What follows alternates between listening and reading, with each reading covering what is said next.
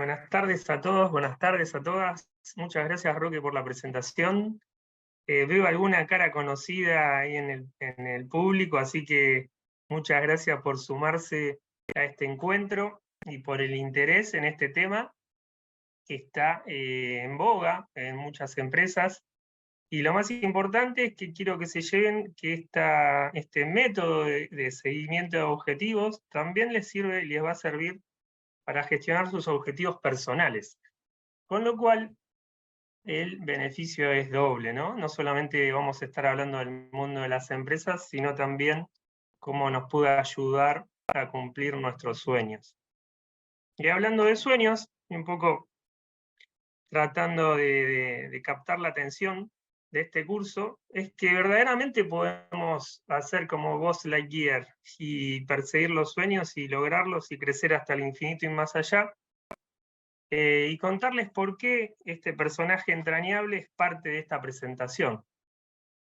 Así que bueno, vamos a dar comienzo y darles la bienvenida a todos. Quiero contarles una pequeña historia. John Lasseter trabajaba en Walt Disney y trabajaba en el departamento de diseño y creatividad allá por los años 80. Y leyó una novela, La tostadora valiente, y se le ocurrió para ese momento crear animación de esos electrodomésticos, ¿no? Crear justamente algo innovador para la época. No había nada parecido hasta ese instante. Así que trató de convencer a sus jefes muchas veces, tantas veces como 4 veces, y todas las veces era rechazado en sus ideas por ser demasiado innovadoras, y sus jefes verdaderamente no lo consideraban necesario y tampoco gustaban esas ideas para ese momento. Hasta tal punto que terminaron despidiendo a John de esa empresa tan pero tan conocida. Sin trabajo, estuvo muy poco tiempo, porque sus ideas eran realmente innovadoras. Fue así que conoció nada más y nada menos que a Steve Jobs, y juntos fundaron Pixar, la empresa de animación más grande en la historia del mundo. Dentro de esta historia, y de tantas películas que como adultos hemos visto junto a nuestros hijos y nuestros sobrinos seguramente, esta historia tiene un final súper feliz. Una primera versión de la película en 1995, producida obviamente por Pixar, y después las sagas que llegaron a 4, que hasta ganaron el Oscar en la última edición. Me gusta contar esta historia porque forma parte de este aprendizaje, porque nunca tenemos que rendirnos ante nuestros sueños, porque sabemos que quizás en el próximo intento lo vamos a terminar logrando, ¿no? Así que esta pequeña historia de superación tiene que ver mucho con este método de seguimiento de objetivos. Así que vamos a ver en estos 2 encuentros de hoy y del próximo lunes, cómo eso básicamente va a ser parte muy fuerte de este aprendizaje, de esta pequeña historia.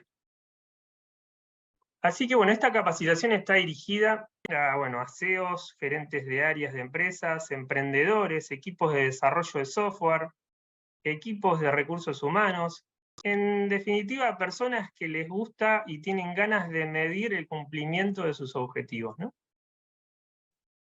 Como bien me presentó Roque, aquí también les dejo mi correo electrónico, hernan.martel@escuela.de.okr. Estoy dirigiendo la escuela, que pueden seguirla en redes sociales, en Instagram y en LinkedIn. Y obviamente todo el material que no lleguemos a cubrir en estos 2 encuentros me van a poder consultar en cualquier momento.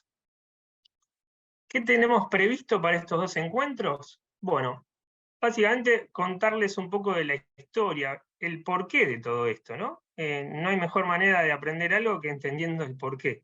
Así que en los primeros 3 ítems que vamos a ver hoy, vamos a entender por qué nace este método y de dónde nace. Vamos a entender cómo esto impacta en la estrategia de una organización. Y vamos a hablar un poquito de agilidad organizacional, ¿no? Porque esto tiene que ver bastante con esa manera de pensar que las empresas están buscando. Nos va a quedar para el lunes próximo cómo vamos a empezar a construir este sistema de gestión y de medición. Vamos a ver ejemplos, herramientas prácticas y setear próximos pasos para el futuro. Así que bueno, la mejor manera de representar lo que vamos a ver hoy es esta. A mí se me ocurrió básicamente que es esta. ¿Por qué? Porque es un avión despegando de cosas que estaban sucediendo hasta hace un tiempo, de formas de medir que básicamente necesitaban una nueva manera de pensar. Así que imagínense por un ratito subirse a este avión en una mañana soleada y despegarse un poco de lo que tenemos acostumbrados respecto de medición y seguimiento de objetivos. Si tenemos que entender cómo llegamos hasta este momento, y nos paramos en respuestas bastante comunes en relación a gerentes de áreas o dueños de pymes, es bastante repetitivo encontrar respuestas de este estilo, ¿no? Que entienden que sus equipos de trabajo no logran comprender de forma completa qué busca esa gerencia o ese top management, que les cuesta que esos equipos vean dónde hay oportunidades, y bueno, y también asumen que solo estos dueños o gerentes entienden de la estrategia de la empresa. Si vamos a encuestar equipos de trabajo, comúnmente encontramos respuestas de este estilo, que muchas veces hay reuniones y muchos no entienden por qué se reúnen, o sea que no hay una agenda previa, tampoco hay tareas post-reunión para cada integrante de la reunión, que nunca le han contado la estrategia a la empresa donde trabajan, y esto es bastante habitual que suceda, y otros equipos declaran que solo cumplen objetivos formalmente en planillas que Recursos Humanos les pide una vez por año, ¿no? Así que con ese fin es que hablan de objetivos organizacionales. Lo cierto es que Fortune estudió a las 100 mejores empresas del mundo y llegó a la conclusión que solo el 10% de ellas cumplen con los planes estratégicos previstos exactamente, ¿no? Pero esto se debe no solamente a probablemente errores en esa planificación, que puede haber, sino también por temas de contexto, ¿no? Que son empresas que no se ajustan rápidamente a los cambios que suceden en su entorno. Así que si tuviésemos que resumirlo, llegamos hasta aquí con muchas veces excesiva lentitud y burocracia en el momento de tomar decisiones dentro de una empresa, con responsabilidades poco claras entre personas involucradas en distintas tareas o solapamiento de actividades entre áreas. También hay casos de personas que son capaces pero inadecuadas en los roles que se les asignan, y por eso podemos estar pensando en una falta de motivación, de incentivo en personas sobrevaluadas o subvaluadas. Objetivos desalineados a la estrategia también sucede, así que con todo este escenario que es bastante común, tenemos que ver si podemos encontrar equipos comprometidos, ¿no? Con las tareas del día a día vinculados a la estrategia de la empresa que comúnmente no se conoce. Entonces, para setear expectativas y también reflexionar, les preparé esta pequeña encuesta totalmente anónima y quisiera saber, y bueno, entiendo que es una buena medida de diagnóstico, preguntarles cómo impactan sus objetivos en la estrategia de su empresa, donde trabajan, o si son dueños de una empresa, obviamente va a haber mucha vinculación, pero si trabajan en forma independiente, probablemente si tienen tan claro los objetivos estratégicos, ¿no? Así que las posibles respuestas es que no conocen la estrategia y no tienen objetivos, que no conocen la estrategia pero tienen objetivos, que tienen objetivos pero no se sabe si se relacionan con la estrategia de la empresa, que conocen la estrategia y mis objetivos están alineados, y si son líderes de equipo, si conocen la estrategia, pero dudan que sus equipos, a los cuales ustedes conducen, conozcan justamente, ni estén interiorizados en la estrategia de la empresa. Así que pueden escanear este código. Roque también va a compartir en el chat el link. Yo voy a dejar de compartir unos segundos, así vamos a ver las respuestas y un diagnóstico de lo que sucede en esta sala, básicamente. Así que pudieron todos entrar. En el chat hay un link y si quieren comparto de nuevo el QR. Si posan el celular y toman la imagen, los va a dirigir directamente a esta encuesta que es totalmente anónima.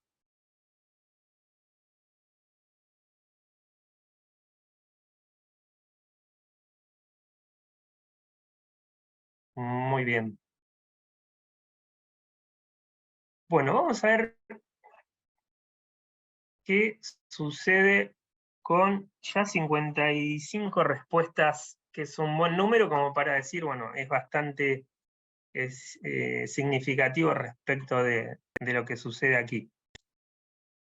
Bien, 16 personas coinciden, por un lado, en que ahí está ganando de que tienen objetivos, pero no saben si se relacionan con la estrategia de la compañía. Ahí empezó a tomar un poco más de fuerza esa respuesta, que es bastante común encontrar este tipo de respuestas, ¿no? De que tienen objetivos y que, bueno, que lo tienen que reflexionar al menos para saber si impactan en los destinos de la empresa de alguna manera, ¿no? Puede ser una relación directa o indirecta con la estrategia que persigue la compañía. En la segunda posición, conocen la estrategia y mis objetivos están alineados. Entiendo que estas 16 personas hay un incentivo respecto a la motivación, de que conociendo cuál es la estrategia de la empresa y sabiendo que sus esfuerzos están dirigidos a lo que toda la compañía persigue, es un plus, o eso se suele suceder, ¿no? Que hay un plus adicional en motivaciones vinculantes, ¿no? En la tercera posición, conocen la estrategia, pero dudan que sus equipos estén interiorizados, así que preguntarse si que sus equipos conozcan esa estrategia pueden incentivarlos a entender mejor algunas cuestiones. En la cuarta posición no conocen la estrategia, pero tienen objetivos. Y en la quinta no conocen la estrategia y no tienen objetivos. Así que el objetivo de esta, justamente hablando de objetivos, el objetivo de esta encuesta es tener un momento de reflexión en aquellos casos en donde podemos actuar modificando algo de ese despegue que estábamos viendo recién al comienzo de la charla, ¿no? Así que bien, vamos a continuar pensando en el origen de todo este tema de medir cosas, ¿no? Así que nos tenemos que retrotraer a esta definición de William Thompson, que muchos de ustedes las deben haber escuchado, que tiene que ver con que lo que no se define no se puede medir, lo que no se mide no se puede mejorar, y lo que no se mejora se degrada siempre. Así que hay un espíritu de medir para hacer las cosas mejor, ¿no? Si tuviésemos que trazar una línea de tiempo respecto de herramientas para controlar la gestión de las empresas, lo primero que vamos a encontrar es en el siglo XV el principio de partida doble, con Fray Luca Pacioli diseñando este sistema que nos acompaña en la contabilidad moderna y que corregía desde ese momento problemas de inventario en una época de mucho mercadeo, ¿no? Así que nosotros nos vamos a parar un poquito más acá y la piedra angular de todo este sistema de OKRs, que a propósito significan Objectives and Key Results, objetivos y resultados clave. Se puede decir que nace en 1954 el concepto, con este libro que escribe Peter Drucker, que se llama The Practice of Management, y justamente introdujo la gestión por objetivos dentro de las empresas, que hasta ese momento se gestionaba solamente mirando los números financieros, ¿no? Así que ese es el primer impulso a esta forma de medir los objetivos organizacionales. En 1970 se puede decir que nace este método. Miren cuánto tiempo atrás, y hoy convirtiéndose casi en una moda en muchas empresas conocidas, que ya vamos a ver quiénes las usan. En 1980 ya nace el concepto de dashboard, o sea, de tener un tablero con ciertos indicadores que nos permitan entender qué sucede en la compañía. En 1990 nace el Balance Scorecard y se empieza a hablar mucho más a menudo de KPI, Key Performance Indicator, o sea, indicadores claves de rendimiento, junto a un tablero de comando balanceado, donde Norton y Kaplan para ese momento idearon un método que permitía seguir y permite seguir la estrategia de una empresa basándonos en 4 perspectivas comunes a todas ellas. Porque todas las empresas tienen una perspectiva financiera, una perspectiva de clientes, una perspectiva de procesos internos y una perspectiva de aprendizaje y crecimiento. Así que es un tema bastante interesante, seguramente para otro encuentro, pero también un método muy eficiente para medir la estrategia de las compañías. Bueno, en 2005 se empezó a hablar más del Business Intelligence y ya desde 2020-2021 las empresas buscan ser data-driven, o sea que tomen sus decisiones basándose en datos y relacionándolos, ¿no? Entendiendo los datos para tomar esas decisiones. Así que cuando nos paramos y hacemos un foco en este punto del slide anterior, en 1954, con este visionario que fue Peter Drucker, podemos hablar de que sembró la gestión y la dirección por objetivos dentro de las empresas, que estos temas que ya en esa época se hablaban, gracias a él, hoy son preocupación de muchas empresas. Por ejemplo, que la dirección de personas está en el centro de la tarea directiva, con darle poder a los empleados para tomar decisiones. Ya hablaba en ese momento de la ética en las empresas, de la innovación. Y otro tema que hay gerencias enteras en muchas empresas, que es el Customer Experience, poner a los clientes en el centro de lo que hace la empresa. La paradoja de esta imagen es que esta revista de negocios le dedica su tapa, la tapa de la revista, a una semana de su fallecimiento y no antes, y ese reconocimiento como el hombre que inventó el management, ¿no? Así que se puede decir que humanizó a la empresa y a su gestión justamente por estos puntos que estábamos conversando. Dejó muchísimas frases vinculadas a los negocios, por ejemplo esta que dice que creo en la intuición solo si es disciplinada, los artistas de la corazonada que diagnostican pero no investigan los hechos, son los que en medicina matan personas y en la administración acaban con las empresas. Bastante relacionado con esto que hoy las empresas buscan ser data-driven, ¿no? Que analicen los datos y dejen las corazonadas en las decisiones de la organización. Y esta frase, que es un poco más conocida, que mucho tiene que ver con OKRs, es que la cultura se come la estrategia en el desayuno. Básicamente lo que habla es que una cultura tiene que estar alineada a esa estrategia, porque por más que diseñemos una estrategia súper sólida, o quisiéramos instalar un sistema, un método de gestión como OKRs, si la cultura no acompaña, claramente no va a ser para nada exitosa, ni la estrategia ni cualquier método, por más que esté avalado en el mundo entero, ¿no? Así que la cultura de cada organización tiene sus particularidades y todos estos métodos y maneras de hacer las cosas se tienen que adaptar a esa cultura para que sea exitoso todo el proceso.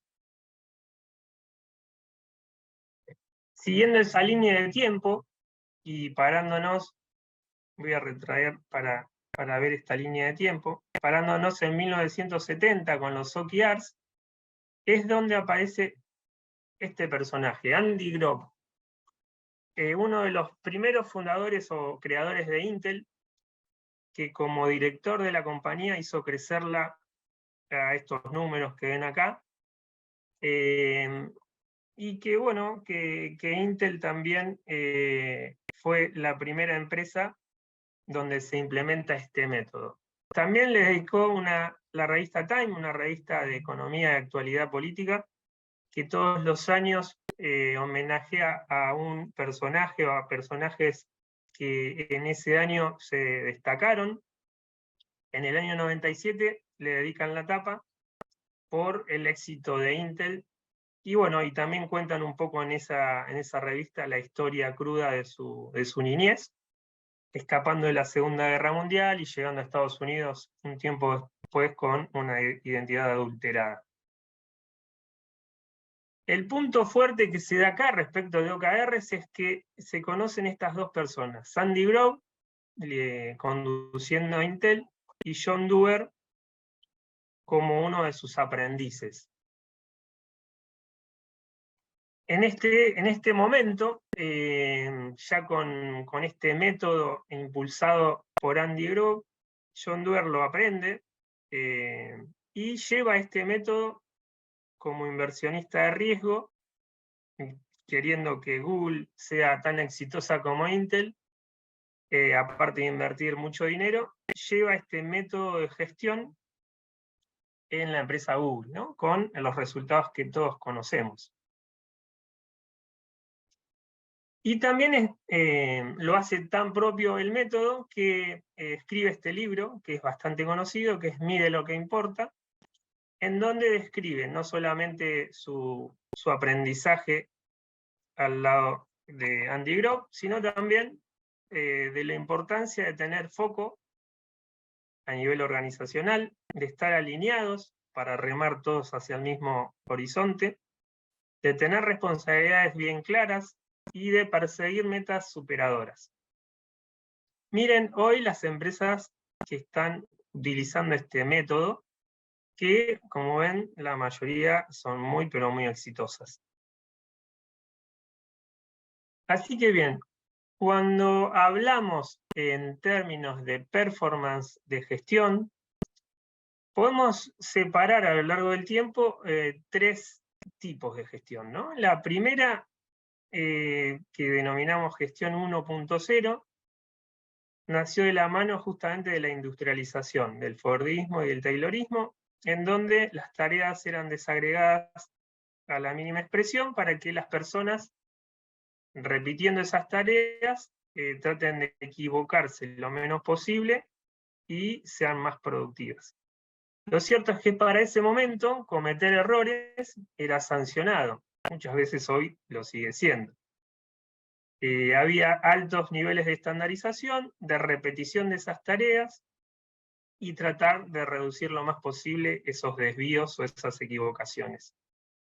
Las metas estaban seteadas desde la cúpula de la empresa, con lo cual eran descendentes y punitivas, ¿no? Así que la forma de establecer objetivos, que en muchas empresas hoy sigue siendo de esta manera, claramente, ¿no?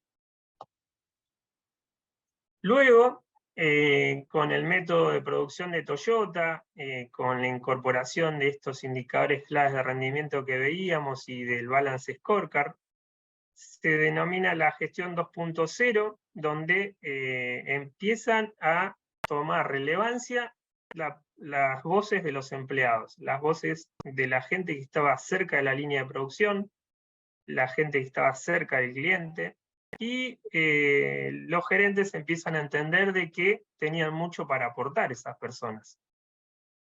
En este caso, la gestión y las metas siguen siendo establecidas por la jerarquía, y generalmente metas de en cascadas, ¿no? también top-down.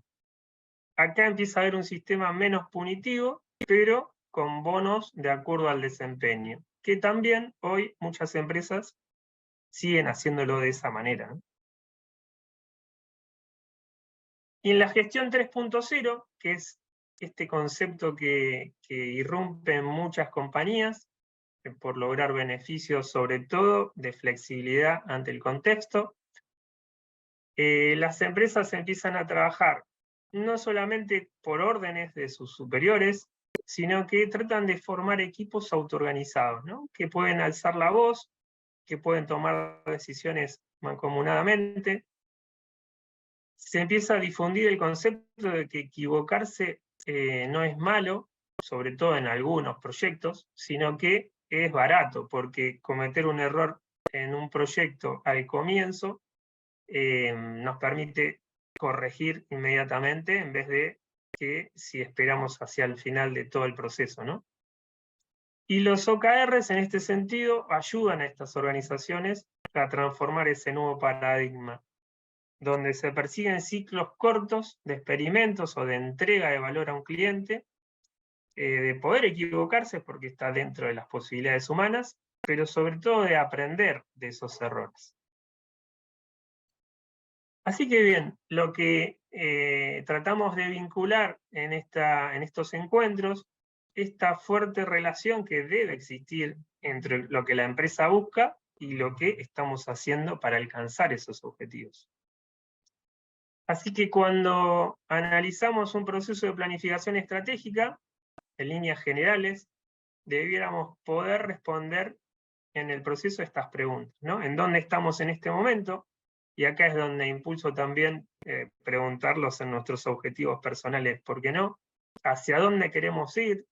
¿Cómo vamos a llegar hasta ahí? ¿Y cuáles son nuestras capacidades diferenciales? Esto mismo que se preguntan las empresas, o que debieran hacerlo, lo podemos hacer nosotros para cumplir nuestros objetivos personales. Entonces, rápidamente, y para entender dónde ingresan, dónde impactan los OKRs, o el método de seguimiento de objetivos, o de KPIs, dentro de todo un proceso de planificación estratégica, vamos a estar evaluando que vamos a estar inmersos en un contexto donde lo vamos a tener que evaluar respecto a datos. Nosotros vamos a tener un conocimiento de la empresa, por lo cual vamos a entender qué hacemos bien respecto de otras, porque ahí vamos a empezar a definir nuestros lineamientos estratégicos, vamos a generar distintas alternativas de nuestra estrategia competitiva. Probablemente eso que queremos lograr y respecto de lo que somos hoy esté muy, pero muy separado, o sea que haya un gap, una diferencia muy grande entre lo que somos y lo que queremos ser. Entonces ahí tenemos que ver si aplicamos acciones o definiciones de planes de transformación, qué tenemos que hacer distinto para lograr eso que queremos. Y después viene la parte económica, ¿no? El planeamiento financiero y la medición de resultados. Y en esta medición de resultados es donde los OKRs y los KPIs ayudan a poder medir si estamos yendo hacia el camino que dijimos que queríamos ir. Y este proceso, por lo general, no tiene que verse como una foto, más bien se tiene que ver como una película, porque si cambia algo del contexto, nos puede estar cambiando alguna decisión que hemos tomado en el pasado, y el pasado pueden ser 2 meses, un mes, y tengamos que ajustar el barco para que esta situación interna sea distinta respecto a eso que sucedió en el contexto. Así que, como resumen, en la primera parte vamos a estar analizando el mercado, cómo es la estructura de la industria, analizar la cadena de valor de la industria. En la parte interna es qué capacidades tenemos, en dónde somos buenos en esa cadena de valor, porque probablemente en algún eslabón de la cadena nos convenga hacer una alianza con alguien que hace las cosas muy bien, qué capacidades requeridas necesitamos para eso que queremos perseguir y en cuáles somos virtuosos, dónde deberíamos enfocarnos, qué oportunidades más atractivas hay en el mercado, qué alternativas podemos conseguir respecto de dónde competir, si por una propuesta de valor, si los sistemas que acompañan a mi empresa están acordes a lo que el mercado exige. Y todas estas diferencias versus lo que queremos, lo vamos a analizar en estos planes de transformación, ¿no? Ahí vamos a estar analizando el sistema y la organización en un todo, y también las exigencias requeridas para eso, ¿no? Tratar de cerrar las brechas es lo que vamos a estar persiguiendo en esa definición de planes de transformación. Como decíamos, los recursos que se necesiten y cómo vamos a medir ese éxito, es donde ingresan metodologías como mapas estratégicos, Balance Scorecard y OKRs, que es lo que nos reúne hoy. Y este proceso, miremoslo como un proceso de mejora continua, ¿no? Siempre estamos alertas de lo que sucede porque siempre podemos hacer las cosas mejor. Así que cuando hablamos de OKRs, es inevitable tener que hablar de agilidad, ¿no? Y que muchas veces se lo considera una moda, pero bueno, es una moda que nos hace bien en general porque nos permite ser flexibles. Igual que en nuestra salud, si somos flexibles, las organizaciones también se adaptan mejor a lo que sucede en el contexto.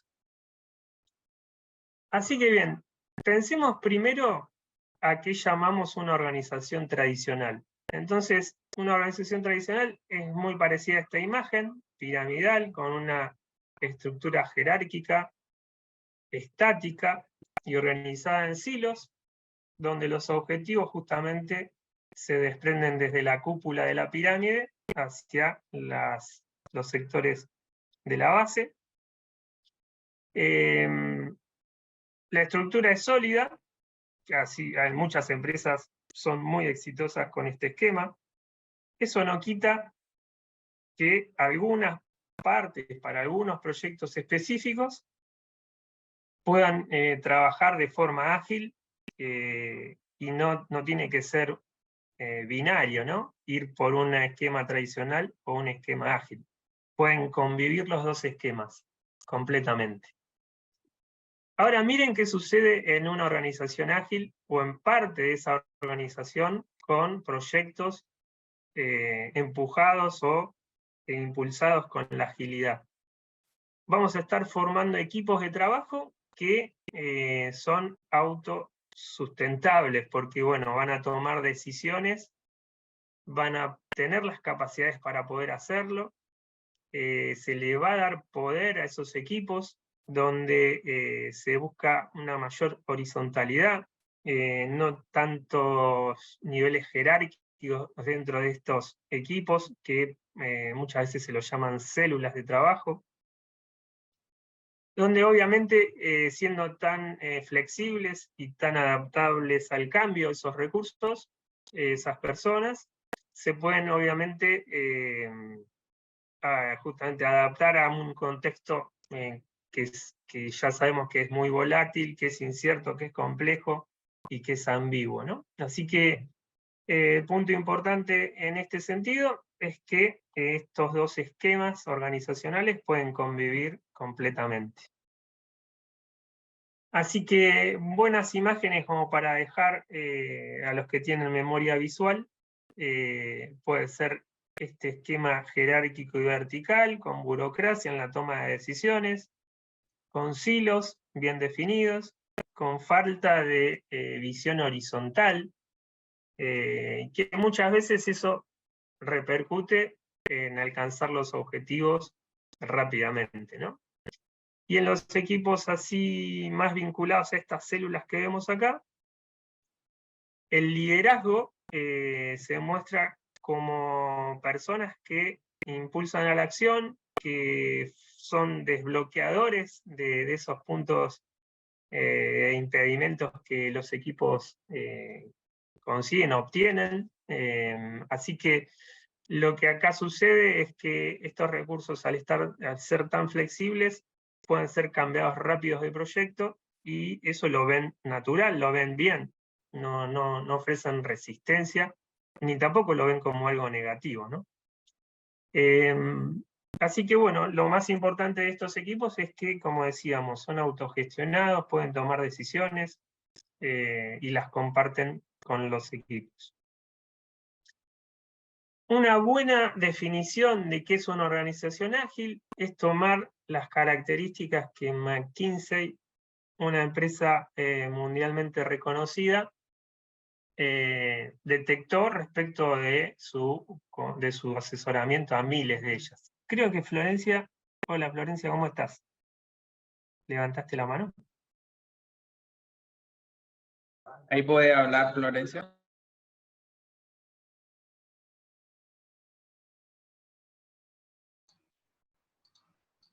Hola, ahora sí, perdón. Hola, ¿cómo estás? Bien, perdón Hernán que interrumpa, disculpen, pero tengo una consulta. ¿Cuál es el riesgo de una organización ágil? Con riesgo me refiero a lo siguiente, o sea, si lo vemos en paralelo, digo, en una organización tradicional y una organización ágil, se entiende que es superadora la organización ágil. Pero lo que pienso es, entiendo que la cultura es algo mucho más arraigado, pero si cambiamos la estrategia y eso se va cambiando, ¿qué riesgo nos trae si tenemos una organización ágil con células? ¿Entiende lo que voy? Por un lado el riesgo y por otro lado, al momento de cambiar la estructura, ¿cómo se traduce esto en los equipos de trabajo? Bien, bien, está buena la pregunta. Las características de las personas que forman parte de estas células son acordes culturalmente, si se quiere, a esa dinámica, ¿no? O sea que si lo vemos en términos de riesgo, tendríamos que enfocarnos en pensar de que personas que no tienen esa característica o no se entusiasman con la idea de trabajar de forma más horizontal que de forma jerárquica, puede ser un riesgo porque en vez de subirse a la idea de la transformación y de la agilidad, sea un efecto contrario. Hay muchos casos de líderes de equipo en estructuras jerárquicas que cuando los invitan a trabajar en una célula ágil, dejan de tener gente a cargo y eso puede afectar a su motivación o no. Entonces, lo que mejor resuelven esos riesgos es poder comunicarse de forma transparente desde las líneas de jefatura a esas personas, y las personas también contar lo que sienten respecto a esas decisiones. O sea, si hablamos de riesgos, espero estar respondiendo a tu pregunta, es que las personas no sean adecuadas o no se sientan o no lo quieran o se sientan incómodas en ciertas circunstancias. Y también es válido, ¿no? Porque no todos pueden aceptar las mismas cosas. Lo cierto es que en esos equipos ágiles se repite un comportamiento, ¿no? De que hay una cohesión de equipo casi natural, de que todos persiguen el objetivo macro y que todos son responsables si son exitosos o si fracasan. Y hay, como decía, ¿no? Una cohesión casi natural. Así que bueno, espero haberte respondido.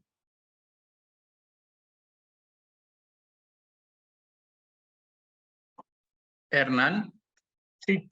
ahí hay una consulta en el chat también de Raúl. Dice, ¿qué tal el gran método Scrum como metodología ágil? Bueno, es otra de las, esto obviamente, hay varios métodos que están enmarcados en lo que es agilidad, que impulsan justamente las formas de hacer las cosas.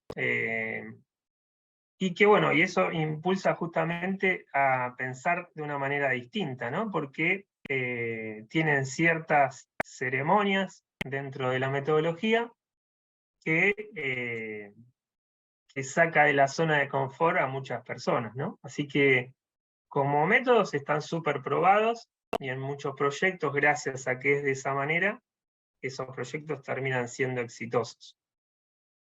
Ya vamos a ver un ejemplo particular de esta metodología o de alguna de ellas en cómo impacta, ¿no?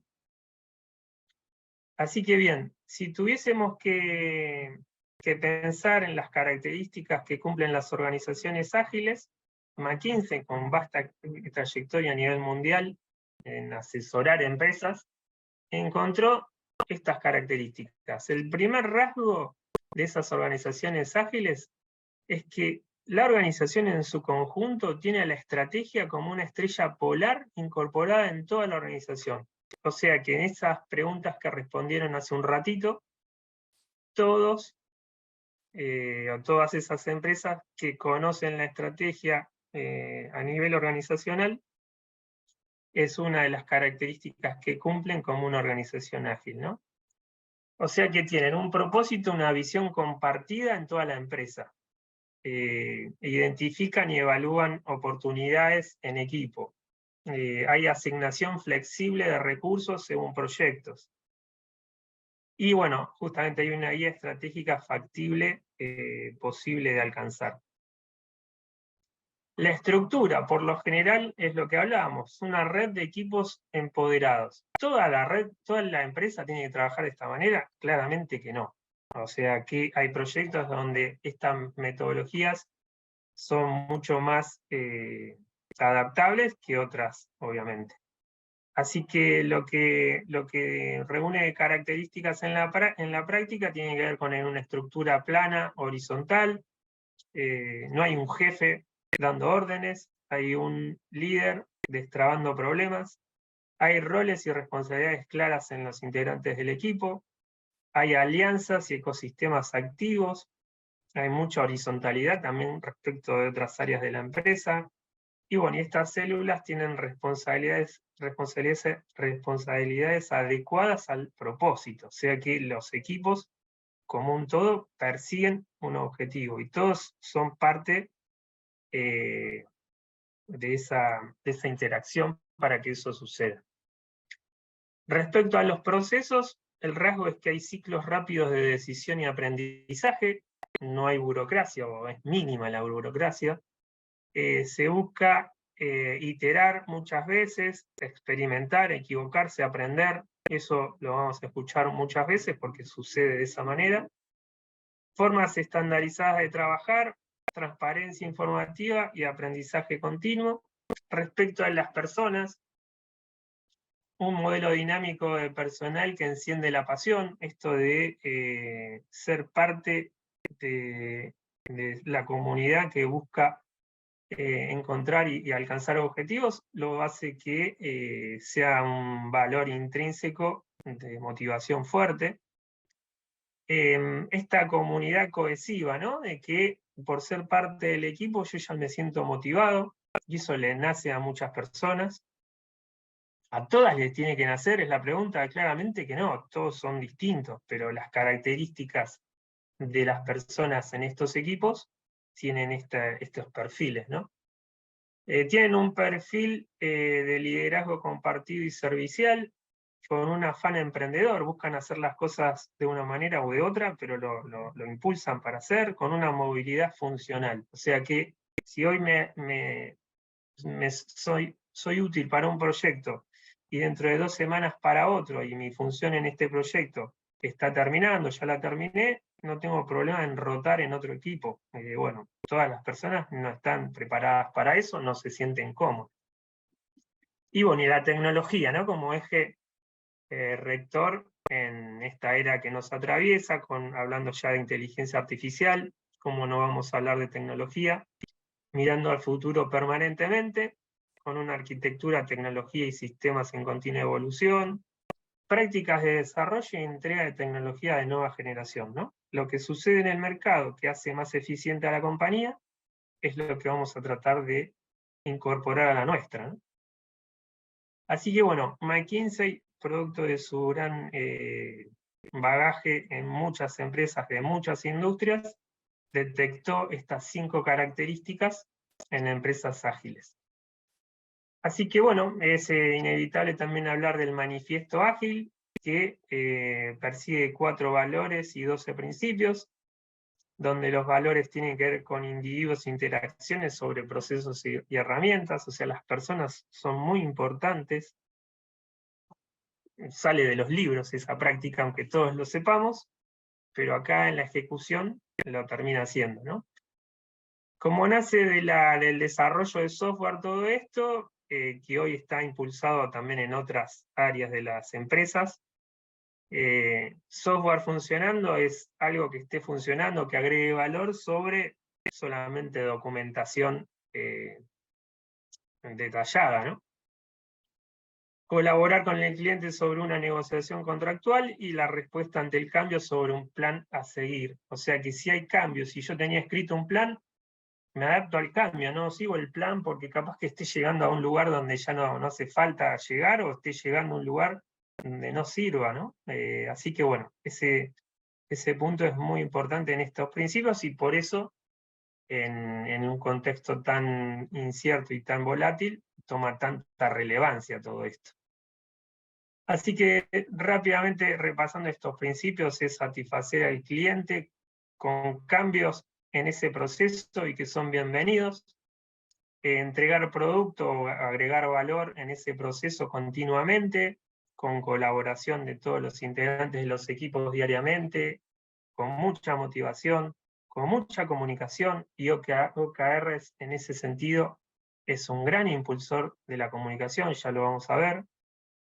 Medición del avance del trabajo completado, tratar de tener un ritmo sostenido de entrega, tratar de también acercar al cliente en la mesa de al cliente a la mesa de trabajo, buscando la excelencia, la simplicidad, siendo autoorganizados y reflexionar sobre la mejora continua. Este meme que ven acá, seguramente a muchos les habrá llegado, pero es lo que mejor representa qué viene a resolver esto de la agilidad. Y tiene que ver con esto de la expectativa versus la realidad. Si vemos en la primera imagen de arriba a la izquierda, donde dice cómo lo explicó el cliente, con una soga y 13 escalones, empieza a tener distintas interpretaciones, ¿no? Cómo lo interpreta el líder del proyecto, cómo se terminó diseñando, cómo se dibujó, cómo el consultor lo describió, lo que se documentó muchas veces, nada, o lo que se terminó instalando, lo que se le cobró al cliente, una montaña rusa, y lo que cubre la garantía y lo que el cliente realmente necesitaba. ¿Qué quiere explicar este meme? Es que en muchos proyectos, en cascada o waterfall, en donde se hacía un relevamiento extremadamente detallado al inicio del proyecto y se planificaba con mucho esfuerzo cada fase para cubrir ese requerimiento, se ponía el equipo a trabajar y cuando se hacía el primer entregable después de 1 mes, 2 meses, 3 meses, de acuerdo al proyecto, y el cliente aparecía en escena mucho tiempo después, el cliente no estaba buscando lo que estaba necesitando, ¿no? Y producto de interpretaciones equivocadas, el cliente estaba insatisfecho completamente. Imagínense el gasto de todo eso cuando el cliente está tan lejos desde una necesidad a un producto terminado. Así que en estas iteraciones que el mundo de la agilidad invita a hacer, el cliente está mucho más cerca y se construye con iteraciones, ¿no? Buscando mínimos productos viables, con aceptación del cliente y mejorando permanentemente. Así que bien, vamos a hacer una cosa. Nosotros nos vamos a ver el próximo lunes y vamos a entrar más fuertemente en lo que es los OKRs. Vamos a preparar otra encuesta parecida a la que vimos, mientras se las voy a ir dejando para que la respondan el próximo lunes. Vamos a empezar de acá el próximo lunes. Puede ser que conozcan algo ya de OKRs o es la primera vez que lo escuchan. Puede ser que estén empezando a ver este tema por primera vez. Y hay otros que puedan estar queriendo certificarse probablemente internacionalmente en este sentido. Así que vamos a dejar estos últimos 5 minutos por si alguien tiene alguna consulta, alguna duda. Y ya la próxima vez nos vamos a estar encontrando para entrar a fondo en lo que son los OKRs. Lo que tenía mucho sentido es entender por qué estos métodos son útiles, dónde impactan en la estrategia de una empresa, cuánta relación hay entre la estrategia de una empresa y los OKRs, y bueno, vamos a trabajar fuerte en ese sentido. Así que mientras los voy a invitar, perdón. Hernán, sí, bueno, a todos aquellos que tengan ganas de hacer alguna consulta sobre la clase, como le dijo Hernán, el método sería levantar la mano y así le habilitamos el micrófono para que pueda expresar su pregunta o realizarla por el chat, respondiendo un poco sobre el tema de la certificación. Sí, obvio que este curso tiene una certificación avalado por el Instituto de Formación Política y Gestión Pública de la ciudad, pero tienen que concurrir a las 2 clases, obviamente, y el presente se toma desde la inscripción que se tienen que hacer por clase a todos aquellos que se van anotando. Mediante eso, lo que quieran empezar a preguntar, se abrieron preguntas para Hernán. Les quería decir también que si se les ocurre alguna consulta o alguna necesidad en la semana, me van a poder escribir. Pueden seguir Escuela de OKR en Instagram y en LinkedIn. Ahí te respondo, Alejandro, para nada. Van a ver que los OKRs son aplicables hasta objetivos personales, como decíamos al comienzo. Esto extrapola lo que tiene que ver con objetivos en general, no solamente en áreas de tecnología, claramente nació de ahí, pero bueno, en cualquier área de la organización o en cualquier meta personal que quieran perseguir, les va a servir muchísimo para tenerlo claro, poner foco en la acción y poder medir en consecuencia eso que están persiguiendo.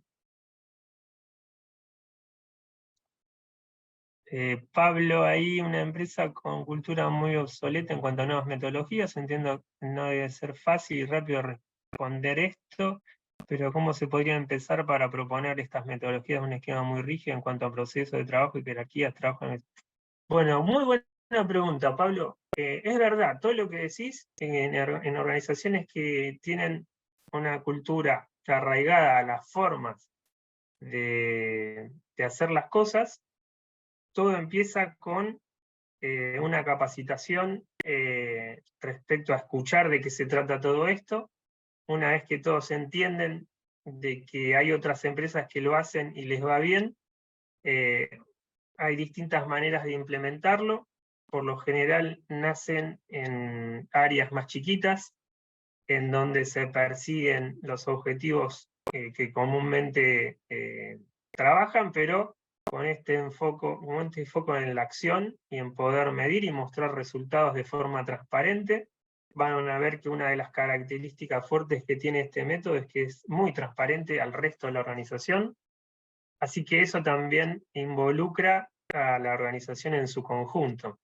Vamos a ver ejemplos de áreas que necesitan de otra área para cumplir sus objetivos, pero cuando se le pide ayuda a ese área que tiene que dar una mano, no hay disponibilidad, no es que sea mala voluntad, sino que tampoco está dentro de sus objetivos de una segunda área ayudar a la nuestra para cumplir con nuestro objetivo particular.